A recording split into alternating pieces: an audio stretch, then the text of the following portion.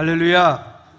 저는 오늘 본문의 말씀을 통해서 다시 오실 주님이라는 제목으로 함께 말씀을 나누려고 합니다. 이번 이스라엘과 팔레스타인의 전쟁을 보면서 이스라엘이 주변 아랍국의 3억에 대한 인구에 대해서 1000만도 채 되지 않는 이 이스라엘이 늘 대립하면서 그 긴장의 끈을 놓을 수가 없다는 상황이었습니다. 각종 첨단의 무기로 무장하고 있어도 갑자기 수천 발의 로켓포와 그 행글라이더를 타고 넘어와서 총을 난사하고 그리고 인질을 잡아가는 데는 속수무책일 수밖에 없습니다. 그런데 저는 이 전쟁을 통해서 또 한 가지 바라보게 된 것은 이스라엘이 이 전쟁에서 절대 질 수 없다는 것들을 그들이 보여주었습니다. 그것은 서방의 원조나 미국의 지지나 또한 전력적 우위가 있다는 것이 절대 아닙니다. 그들은 사람들이 보여준 것은 무엇이냐? 내 동생이 저 조국에서 불안하다고 전화가 온다면은 그들은 1초의 망설임도 없이 그들은 짐을 싸서 고국으로 간다는 것입니다. 자기의 가족과 조국을 지키기 위해서 여행 중에서도 돌아갑니다. 직장에서 중요한 사업을 하다가도 돌아갑니다. 여러분, 그러한 정신은 결코 이 아랍이 이스라엘을 점령할 수 없는 이유라고 볼 수가 있습니다. 그럼 이런 정신과 이런 생각과 이런 행동이 여러분 어쩌다 나오고 나라와 민족이 위기가 맞았으니까 여러분 나온다고 생각하십니까? 절대 아니라고 하는 것입니다. 이것이 어려서부터 철저하게 그들의 생각을 지배하고 그들의 마음을 지배하지 않으면은 절대로 나올 수 없는 행동이라고 하는 것을 알아야 된다는 것입니다. 평소에 신념과 생각이 확고하였기에 지체 없이 그들은 정신적으로 깨어 있었다고 하는 것입니다. 그렇기 때문에 자기 가족과 직장을 놔두고 그는 이 고국으로 돌아갈 수가 있고 그렇게 행동한다고 하는 것입니다. 사랑하는 예봄의 성도 여러분, 오늘 우리의 신앙은 어떻습니까?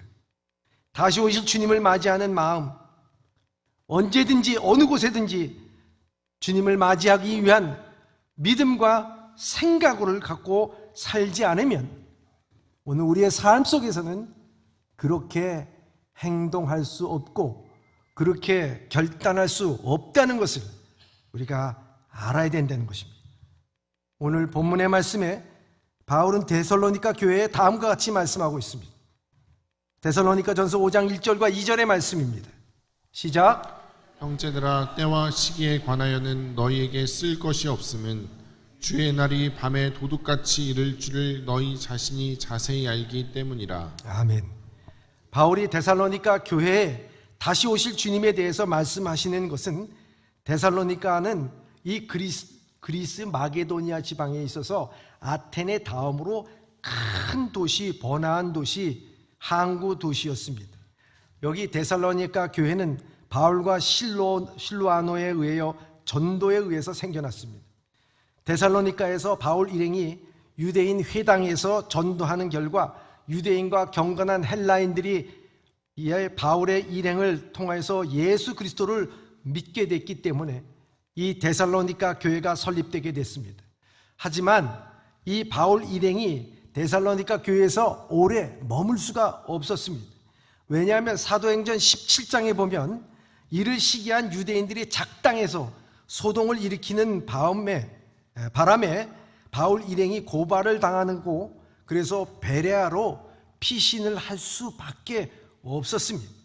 사단은 늘 하나님의 말씀을 전파하고 교회가 확장되는 것을 극히 싫어하기 때문에 수단과 방법을 가리지 않고 방해를 하는 것입니다. 결국 복음 전파와 전도는 마귀와 싸우는 영적 전쟁인 것입니다. 이렇게 부랴부랴 이 데살로니가 교회를 떠나게 된 바울은 꼭 다시 한번 이 데살로니가 교회에 방문하기로 약속을 했지만 그게 여의치가 않았습니다. 그래서 자기의 믿음의 아들인 디모데를 이 데살로니가 교회에 파송하게 됐습니다. 걱정과 염려로서 이 데살로니가 교회에 디모데를 파송했는데, 이 디모데는 데살로니가 교회를 돌아보고 와서 바울에게 보고를 하게 됩니다. 그 보고의 내용은 박해와 핍박 중에서도 데살로니가 교회의 성도들은 믿음에 굳게 서서 서로 격려하고 위로하려는데, 디모데가 돌아와서 데살로니가 교회에 이러한 좋은 소식들을 전해주게 됐습니다.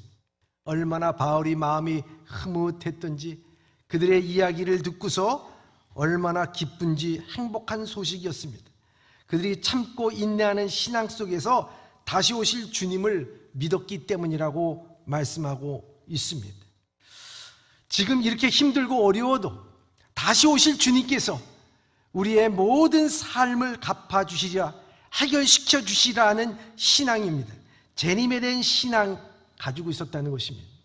그런데요, 문제는 이 재림의 신앙이 간절하면 간절할수록, 우리가 무엇인가에 대해서 간절하면 간절할수록, 여러분, 사단도 그것을 틈타고 들어온다는 사실을 분명히 알아야 된다는 것입니다.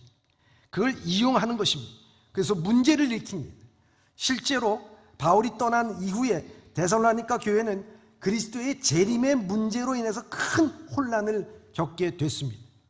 자칭 이 재림이라고 하는 것을 파루시아라고 말하는데, 이 파루시아라는 말은 어디서부터 왔냐면, 로마 황제가 각국 나라에 그 대사를 보냈을 때 이 왕의 전권을 받아서 위임할 때, 그 부임할 때 얘기하는 것이 파루시아라는 거예요. 파루시아. 이와 같이 하나님이 대리자로서 예수님께서 온 세상 의로 다스리기 위해서, 그리고 영원히 다스리기 위해서 다시 오시는 것에 대한 그 재림이 파루시아, 하나님의 정권적인 그 권력을 위임받아서 부임하시는 것이 바로 파루시아라고 하는 것입니다. 근데 이 파루시아, 예수님께서 다시 오실 파루시아에 대한 그 가르침에 대해서 이 데살로니가 교회는 문자적으로만 해석했다는 거예요. 너무 얕게 해석했다는 거예요. 그래서 그들은 그 말씀을 듣기 전에 이미 죽은 사람은 어떻게 되는가 하는 것입니다. 또 어떤 악한 자들이 나타나서 이미 주의 날이 왔다, 내가 재림주다, 내가 다시 오실 주님이다라고 사람들에게 온갖 거짓과 거짓 표적을 행하면서 속였다고 하는 것입니다. 그리고 그들은 어떻게 살아야 하나님을 기쁘게 해드릴 수 있는지에 대해서 무관심한 채 방탕하게 살았습니다. 그리고 항상 언제 올지에 대한 그 날짜 계산에만 골몰했다는 거예요. 그래서 그들은 일하지도 않고 그들은 놀면서 그 일을 했기 때문에 데살로니가 후서에 보면 이 바울 사도는 일하기 싫거든 먹지도 말라라고 그들에게 준엄하게 말씀하고 있었던 것입니다. 주의 재림이 있기 전에 주의 사람은 어떻게 되었는지, 주의 재림은 이미 일어난 것인지, 재림을 기다리는 삶의 태도는 어떠해야 되는지, 이것을 가르쳐 주기 위해서 이 데살로니가 전후서를 쓰게 된 것입니다. 오늘 본문 1, 2절에서 주님이 언제 오실지 그 때와 시기에 대해서는 쓸 것이 없다라고 말씀하고 있습니다. 중요한 것은 때와 시기가 아니라 재림을 기다리는 그 삶의 자세라고 하는 것입니다. 주께서 언제 오시든 간에 그것은 우리가 상관할 바가 아니라는 거예요. 예고 없이 오는 것입니다. 그래서 단지 하나님께서 기뻐하시는 삶을 사는 것이 중요하다라는 것을 말씀하고 있습니다. 그리고 주님이 오시는데 어떻게 오시느냐? 도둑같이 온다 그래요. 여러분, 도둑같이 온다는 것이 주님이 도둑이라는 얘기가 아니라는 걸 알지요. 그럼 도둑같이 온다는 말이 뭐겠습니까? 그것은 예고 없이 온다는 거예요. 우리가 생각하지도 못하는 날에 온다라고 말씀하고 있습니다. 그 사실을 너희도 자세히 아는 바라고 바울은 말씀하고 있습니다. 여러분, 도둑이 언제 집에 들어옵니까? 예고 없이 쳐들어옵니다. 근데 그 때가 어떤 때인가? 오늘 본문의 말씀 3절에 이렇게 말씀하고 있습니다. 시작. 그들이 평안하다 안전하다 할 그때에 임신한 여자에게 해산의 고통이 이름과 같이 멸망이 갑자기 그들에게 이르리니 결코 피하지 못하리라. 아멘. 예수님의 재림은 도둑같이 이른다고 말씀하고 있습니다. 예수님이 밤에 이르는 것이 아니라는 뜻입니다. 방심하고 있는 밤에 도둑이 오듯이 예수님은 예상하지 못한 때에 재림한다고 한 말씀입니다. 마태복음 24장 44절에도 예수님께서 직접 말씀하셨어요. 이러므로 너희도 준비하고 있으라. 생각하지 않은 때에 인자가 오리라 말씀하고 있습니다. 근데 3절에 보면 이 예수님께서 재림할 때를 조금 더 구체적으로 우리에게 말씀해 주고 있습니다. 그것이 무엇입니까? 그들이 평안하다, 안전하다고 할 때에 임신한 여자에게 해산의 고통의 이름과 같이 멸망이 갑자기 그들에게 이르리니 결코 피하지 못하리라 말씀하고 있습니다. 피할 수 있는 것이 아니라는 것입니다. 여러분, 이번에 다시 한번 얘기를 드리지만은 이 팔레스타인과 이스라엘의 전쟁이 일어난 것, 정말 빨리 이 전쟁이 그치기를 바라는 마음입니다. 근데 이 전쟁이 일어난 것도 그동안 이스라엘이 아랍과 외교를 통해서 화합과 또 화해를 하고자 했습니다. 그래서 국경을 맞대고 있는 요르단과 이집트와 그리고 마침내는 아랍에미레이트와 바레인과 함께 아브라함 협정을 맺었어요. 그 아브라함 협정을 통해서 평화를 이루어내는 것 듯 했습니다. 그야말로 중동의 봄이 오는 듯 하는 것 같았고 또한 모든 것이 평화할 때라고 얘기하고 있었습니다. 한쪽에서는 평화라고 얘기하고 이 이스라엘과 중동과 모든 나라들이 화합하고 있을 그때에 한쪽에서는 전쟁을 준비하고 있었다는 것입니다. 이스라엘 정부조차도 그것을 몰랐다고 말하고 있습니다. 여러분, 이 세상에 진정한 평화는 협정으로서 이루어지는 것이 절대 아니라고 하는 사실을 우리가 분명히 알아야 되는 거예요. 이 평강과 평화는 오직 하나님께서만 우리에게 주실 줄 믿습니다. 여러분, 사단의 목적은요, 도적질하고 파괴하고 하나님과 우리와의 관계를 단절시키는 것이 목적입니다. 우리를 평안하게 평안을 누리는 것을 원치를 않는 것입니다. 평화를 위장하여서 우리의 영혼을 잠들게 만든다는 것입니다. 고린도 후서 11장 13절에서 15절에 보면 바울은 어떤 이들은 사도가 아니면서도 사도인 차라고 말합니다. 그들은 이와 같이 사탄도 자신을 광명한 천사로 가장한다고 말씀하고 있습니다. 따라서 사탄의 종들이 스스로 의의 종인처럼 가장하고 또한 꾸며서 나온다는 것은 하나도 이상할 것이 없다라고 말씀하고 있어요. 위장된 평화는 평화가 아니라고 하는 것입니다. 저는 이 말씀을 묵상하면서요, 저는 목회자로서 이 목회의 사명이 무엇인가, 나에게 있어서 가장 큰 사명이 무엇인가는요, 저는 한마디로 얘기한다면 교인들을 깨우는 일이 이 목회자의 사명이라고 말할 수 있습니다. 저는 그걸 믿고 있어요. 성도들을 부지런히 깨우는 거예요. 그래서 성도들이 영적으로 잠들지 않기 위해서 깨우는 일입니다. 새벽기도 나오세요. 주일 예배 빠지지 마세요. 성경 읽으세요. 훈련 꼭 받으시기 바랍니다. 여러분들 기도하시길 바랍니다. 여러분, 끊임없이 흔들어 깨우는 것입니다. 그런데요, 이러한 이야기들이 우리 귀 속에 귀찮게 들릴 때가 있습니다. 여러분, 그 소리가 귀찮게 들릴 때는요, 여러분들의 영혼이 잠들어가고 있다는 표시예요. 그렇기 때문에 귀찮게 들려요. 그것은 그래서 그런 신호입니다. 저도 몸도 아프니까요, 자꾸 잠이 오면서 만사가 다 귀찮을 때가 있습니다. 목회자가 깨우는 소리가 귀찮고 잔소리로 들립니까? 그때가 일어날 때라고 하는 것입니다. 여러분, 우리가 그렇잖아요. 예전에 어머니가 우리를 깨울 때가 있었어요. 그때가 얼마나 여러분들이 반가웠습니까? 어머니, 저를 깨워주시니 너무 반갑습니다. 감사합니다. 날마다 깨워주세요. 그랬습니까? 그렇지 않아요. 어머니가 깨웁니다. 얘 일어나라. 학교 늦겠다. 야, 직장 늦겠다. 야, 너 일하는 거 있지 않냐? 일어나 할 때 우리는 뭐라고 얘기합니까? 엄마, 잠깐만, 조금만 더 자고. 엄마, 내가 알아서 할게. 그리고 입을 확 뒤집어 쓰고 또 자지 않습니까? 여러분, 그때 자는 것은 하루만 망칠 수가 있어요. 하루가 후회될 수가 있어요. 근데 목회자가요, 일어나십시오, 깨어나십시오, 기도하십시오, 예배에 참석하십시오, 말씀을 읽으십시오, 그리고 하나님과 교제를 나누십시오, 친교하십시오. 계속해서 흔들어 깨우는데도 그걸 귀찮다고 얘기하고 다음에요. 여러분, 그렇게 됐을 때는요, 하루를 망치는 것이 아니라 그 영혼을 망친다고 한다는 사실을 알아야 돼요. 영원한 시간을 망치는, 후회되는 삶을 사는 거예요.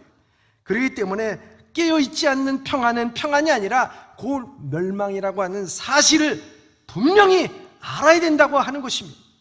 그래서 깨어있다는 것이 무엇인가? 오늘 이 본문의 말씀 4절에서 6절에 이렇게 말씀하고 있습니다. 시작. 형제들아, 너희는 어둠에 있지 아니하매 그날이 도둑같이 너희에게 임하지 못하리니 너희는 다 빛의 아들이요 낮의 아들이라. 우리가 밤이나 어둠에 속하지 아니하나니 그러므로 우리는 다른 이들과 같이 자지 말고 오직 깨어 정신을 차릴지라. 아멘.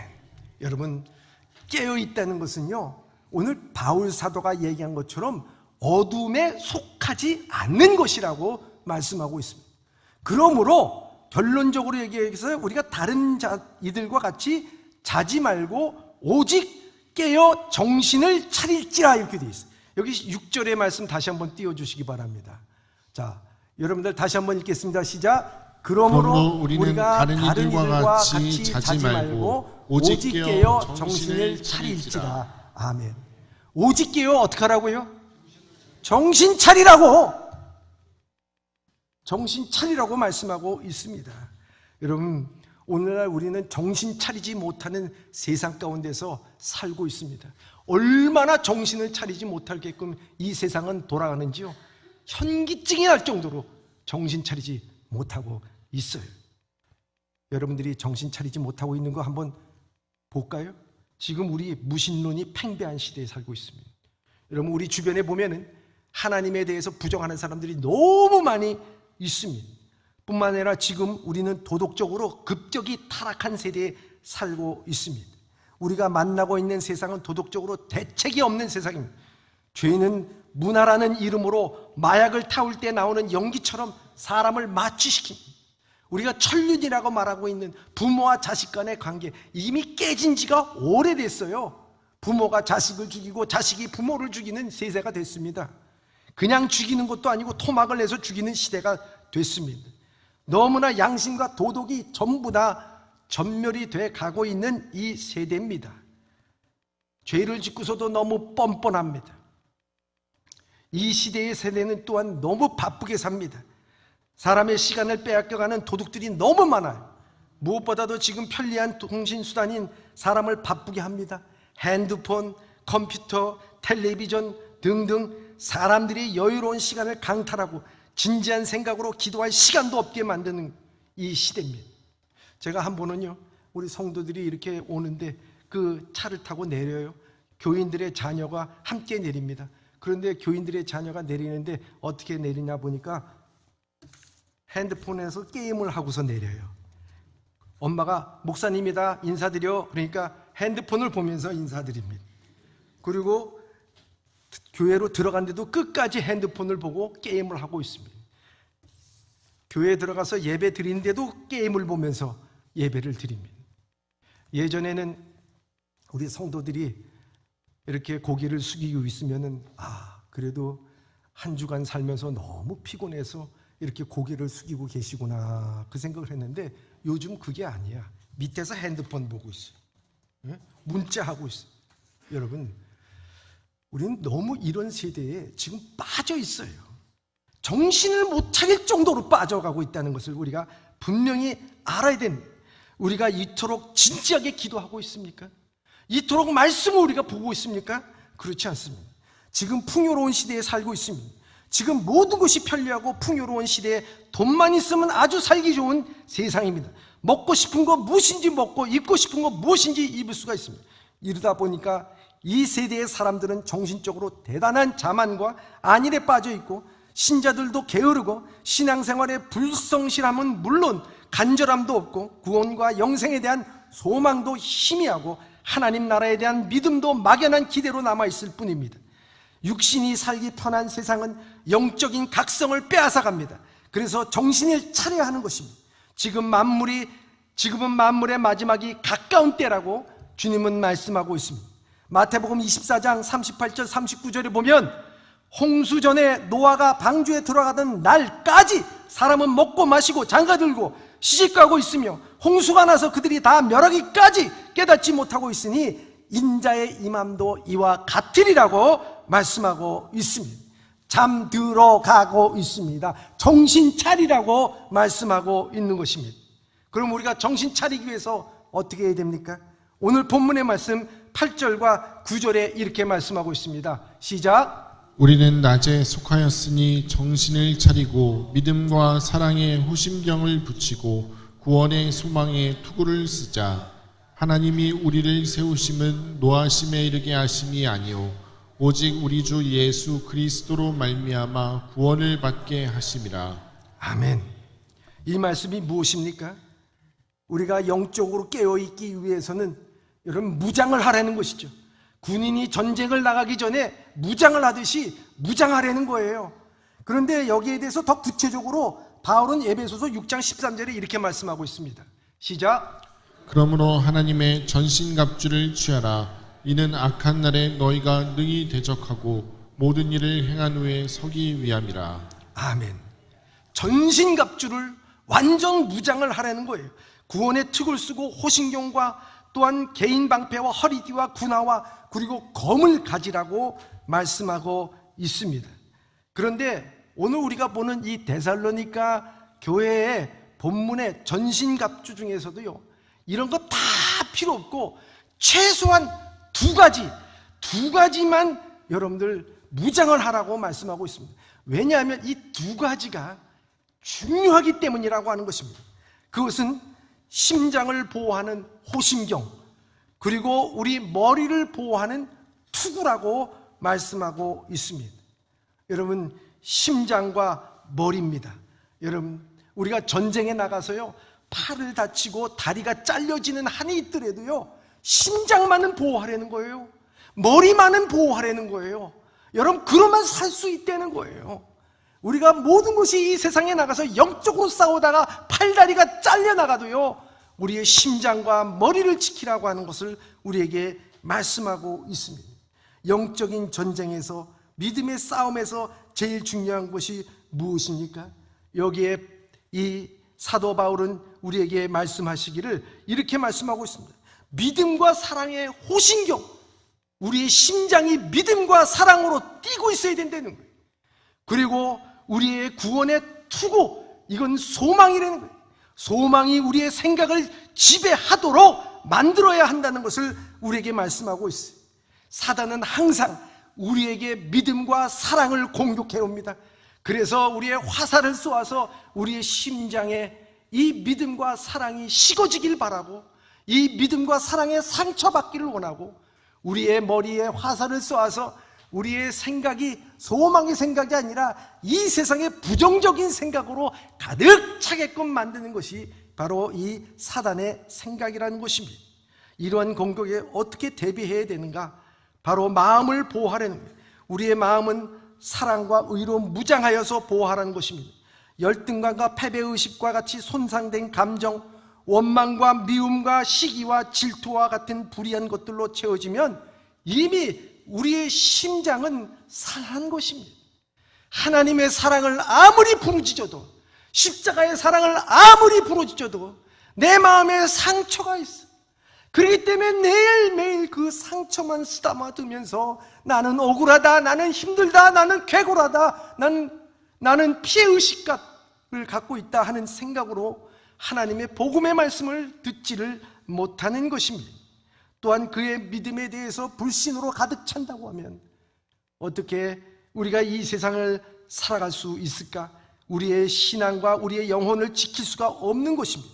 그래서 구약의 지혜서인 잠언은 모든 지킬 만한 것 중에 더욱 내 마음을 지켜라.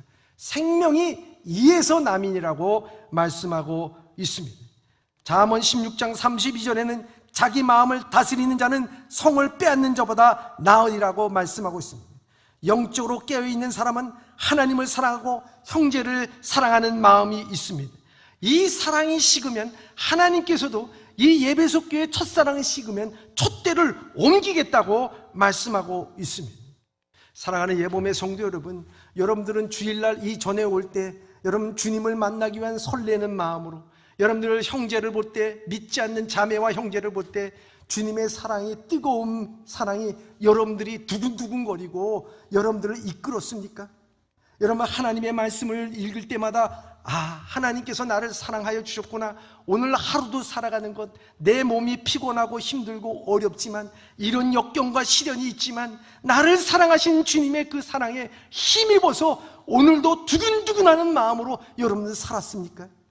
아니면 여러분들 오늘이 내일인 것 같고 내일이 오늘인 것 같처럼 여러분들의 마음에 냉랭하여서 은혜 받지 못한 심령으로 살았습니까?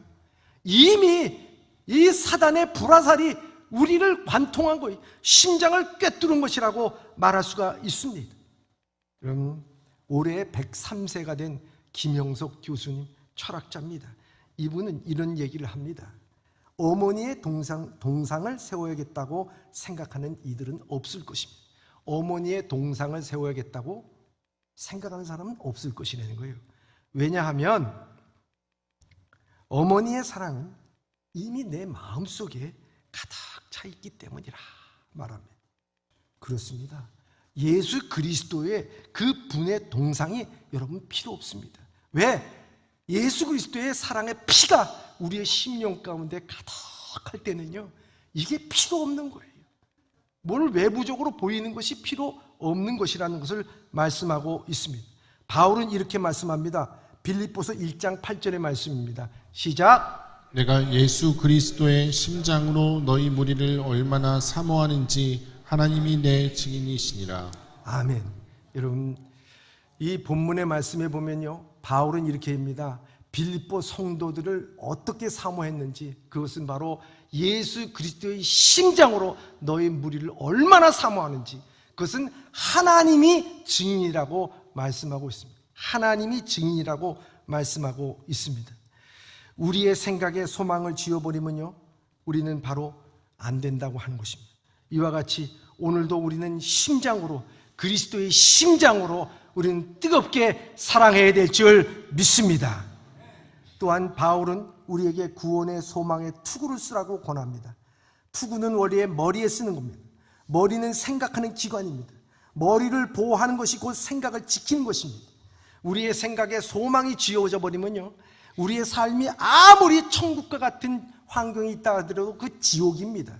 그런데 우리가 소망을 갖고 살면요, 내 삶이 환경이 지옥과 같은 환경이라도요, 살아갈 힘이 있는 거예요. 능력이 있는 거예요. 살아낼 수가 있는 거예요. 그래서 소망의 닷을 든든히 내리라고 이 히브리서 기자는 말씀하고 있습니다. 종교개혁자 마틴 루터가 이런 말을 했어요. 새가 머리 위로 지나갈 수는 있으나 그 머리 위에 둥지를 틀게 해서는 안 된다, 이렇게 말합니다. 무슨 말입니까? 우리가 매일 생각 속으로 스치는 수많은 악한 생각들, 그거 피할 수가 없어요. 미워하고요, 또 마음속에 여러 가지 나쁜 생각들이 있는 거, 아니 우리가 그 생각하지 않습니까? 근데 그거 피할 수가 없다는 거예요. 그런데 그 생각이 내 마음속에 머물러서 둥지를 틀게끔 해서는 안 된다고 하는 거예요. 그래서 순수한 믿음으로 돌아가고자 한 종교개혁자 마틴 루터는 늘 생각 속에 악한 것이 끊임없이 생겨났던 모양입니다. 문득문득 생각 속에서 일어나는 나쁜 생각들, 욕심, 거짓, 시기, 미움, 분노의 생각들을 피할 수 없지만은 그 생각에 머물러 있어 나중에 행동으로 이어지지 않겠다고 하는 믿음의 삶과 고뇌가 담겨져 있는 말이라고 할 수가 있습니다. 이와 같이 이 땅에 살면서 수많은 사건, 사고, 질병, 재난 막을 수가 없습니다. 그러나 세상이 망가져가고 이전에 겪어보지도 못하는 일들을 통하여 우리 마음이 불안하고 그리고 각박해지고 불신과 부정적인 생각으로 머물러 있어서는 안 된다고 하는 말씀입니다. 우리는 신앙이 깨어있기 위해서는 이 모든 것이 우리의 마음을 지배하지 않도록 해야 한다는 것입니다. 소망이 생각으로 우리의 모든 생각을 지배해야 된다는 거예요. 하늘의 소망으로, 하나님이 인도하여 주신 소망으로 우리의 생각을 지배해야 된다는 것입니다. 여러분, 다윗 잘 알지 않습니까? 다윗의 삶을 보면요, 그 삶은 99%가 절망입니다. 그런 역경 가운데서는요, 그 머릿속을 지배하는 것이 부정적인 것이요, 그리고 또한 그 미움과 분노가 가득 찼으리라 생각이 됩니다. 왜냐하면 어려서부터 부모로서 버림을 받았다 그랬어요. 그리고 형제로부터 업신여김을 당했습니다. 또 자기 장인 어른인 사울이라고 하는 왕으로부터 10년 동안 생명의 위협을 받으면서 광야에서 쫓겨가면서 지냈어요. 그러다가 겨우 왕위에 올라서 왕의 치세가 정점에 이르렀을 때 자기 아들 압살롬이 아버지 죽이겠다고 쳐들어와서 반역을 했습니다. 여러분, 이런 모든 것들을 보면요, 참 그가 끝까지 살아서 수가 다해서 죽을 수가 없는 거예요. 근데 성경에 보면 그는 수가 다 해서 나이가 들어서 평안하게 그 침실에서 하나님 곁으로 간 것을 볼 수가 있습니다. 그를 지배했던 것이 뭔 줄 아십니까? 욕망도 권력도 아닙니다. 탐욕도 아니었습니다. 소망된 생각이 그를 지배하고 있었다고 하는 사실입니다. 그래서 시편 42편 5절에 이렇게 말씀하고 있습니다. 시작. 내 영혼아, 내가 어찌하여 낙심하며 어찌하여 내 속에서 불안해하는가? 너는 하나님께 소망을 두라. 그가 나타나 도심으로 말미암아 내가 여전히 찬송하리로다. 아멘. 이 다윗은 얘기합니다. 어찌하여 낭망하느냐? 내 속에서 불안해하느냐? 여러분 속에서 불안해합니까? 낙심된 일이 많습니까? 그때 다윗은 생각합니다. 하나님께 소망을 두라. 그의 나타나심으로 도시리라. 아멘. 여러분, 그런 신앙을 갖고 살았기 때문에 그는 죽을 고비, 수많은 죽을 고비에서도, 상처 가운데서도, 어려움 가운데서도 이겨 나갈 수가 있었던 거예요. 바울은 디모데전서 4장 10절에도 이렇게 말씀하고 있습니다. 시작. 이를 위하여 우리가 수고하고 힘쓰는 것은 우리 소망을 살아계신 하나님께 두미니 곧 모든 사람, 특히 믿는 자들의 구주시라. 아멘. 여러분, 수고하고 힘쓰는 것은 우리의 소망을 살아계신 하나님께 두는 거예요. 여러분들 한 주간 동안 얼마나 애썼습니까? 여러분 한 주간 동안 얼마나 힘들었습니까? 근데 그 소망을 우리가 힘들다, 괴롭다, 야 이거 어떻게 사냐, 그것이 아니라 그래도 살 수 있는 것은 우리의 소망을 어디에다 뒀기 때문에요? 하나님에게 뒀기 때문이라고 고백하고 있습니다. 이와 같이 심장과 머리가 깨어있는 삶에 대해서 바울은 뭐라고 말씀하고 있습니까? 오늘 본문의 말씀 10절과 11절의 말씀입니다. 시작. 예수께서 우리를 위하여 죽으사 우리로 하여금 깨어있든지 자든지 자기와 함께 살게 하려 하셨느니라. 그러므로 피차 권면하고 서로 덕을 세우기를 너희가 하는 것 같이 하라. 아멘. 사랑하는 예봄의 성도 여러분, 그러므로 피차 권면하여 서로 덕을 세우기를 너희가 하는 것 같이 하라. 위에 있는 모든 말씀에 대한 결론적인 말씀을 우리에게 해주고 있습니다. 피차, 서로 힘이 되라고 하는 말입니다. 우리 믿음의 공동체인 예범교회에서 여러분들이 홀로 신앙생활하지 말고 힘들고 어려우면 피차 권면하고 기도하고 사랑과 믿음의 심장을 갖고 소망의 머리에 생각을 갖고 그들에게 좀 더 해봐, 괜찮아, 일어날 수 있어, 내가 기도할게, 아무 문제가 아니야, 사랑한다, 그 상처를 위로하는 그런 모든 것으로 피차 권면할 때 그 영혼이 살아날 뿐만 아니라 다시 오실 주님을 맞이하는 그 성도의 삶을 살아가게 될 줄 믿습니다. 저는요, 지난 주간에 카톡을 보다가 그 동기들 방에 있는 카톡에 문자가 하나 떴어요. 그 동기들 방에 있는 문자를 한번 바라보면서, 우리 동기들이야 다 목회자 아닙니까? 근데 참 그 글을 읽으면서 가슴이 철렁했어요. 이 다음과 같은 글이 떴습니다. 아쉽지만 여러분과 함께 했던 시간을 뒤로 하고 저는 이제 한국을 떠나려고 합니다. 그래도 짧은 시간이었지만 오랜 여운을 간직한 채 다음을 기약하며 저는 역시 다른 모습, 다른 얼굴로 찾아뵐 수 있는 그날을 기약하며 떠날 준비를 하렵니다. 저 때문에 본의 아니게 힘들고 괴롭고 지친 여러분들에게 무한한 사과와 위로의 말씀을 올리는 바입니다. 모두 건성하시고 저 떠난다고 너무 마음 아파하시거나 아쉬워하지 말아 주세요. 저도 막상 떠나려 하니 마음이 내키지 않습니다. 어쩔 수 없이 떠나야만 하니 이 심정 아프기만 합니다. 자, 그럼 모두들 건강하시길 바랍니다. 23년 10월 14일. 아유, 오죽이나 힘들었으면 저렇게 한국을 떠날라 그랬을까? 가슴이 철렁거렸어요. 근데 거기 점점점점점점점점 밑으로 내려가요. 그리고 밑에 보니까요, 이 글을 쓴 사람이 있어요. 올린 사람. 올린 사람이 보니까요, 폭염 올림 이렇게 되어 있더라. 무슨 뜻인지 아직 모르시는 모양이에요.